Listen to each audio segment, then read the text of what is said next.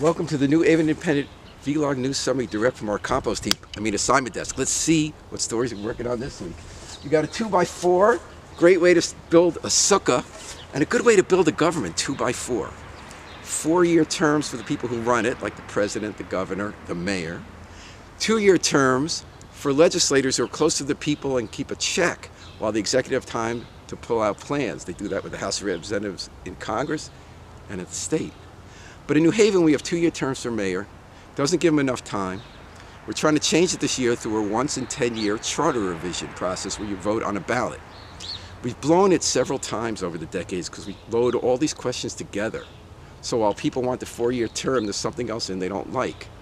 We might be doing that again because some people want to make the alders, our legislator, also 4-year terms. Big mistake. People won't go for it. They shouldn't. Let's do it right and build it right and have change, which is good. There was some good change in chords, guitar playing this week at Cafe 9. I happened to go Wednesday night when I would have never heard of this Australian touring guitar player. Her name's Nat Vaser, really playing some great guitar.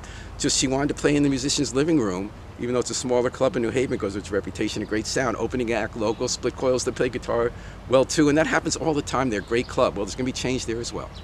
Paul Mayer has run it so well for 20 years. He sold the business to some people 3 decades younger. They're bartenders, one of them's been in bands. They said we're going to keep that vibe. They got some new ideas about later hours and food. And some people are worried about change. They say, what if Cafe 9 isn't this great place anymore? I say the change is great, because we could celebrate how great it was. There's always room for new ideas, new energy.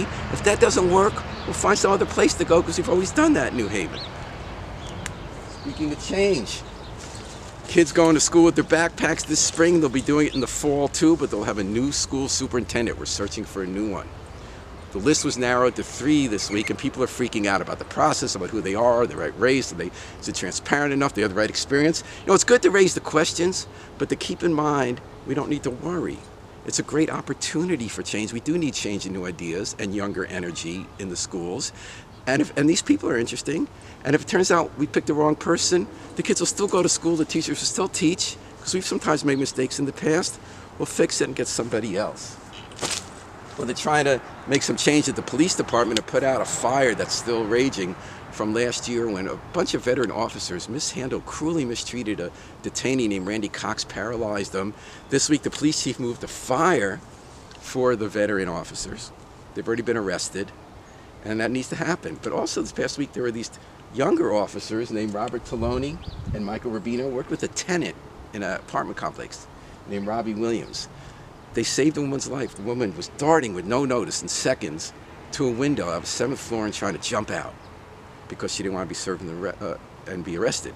The 3 of them moved like that and saved her, and it was hard. And it reminds me, you know, one of these officers is one of the 80, the magic 80. We have 80 cops who joined the force just since the pandemic at a time of turmoil and change. And they're doing a great job. And they're being trained in better methods of policing.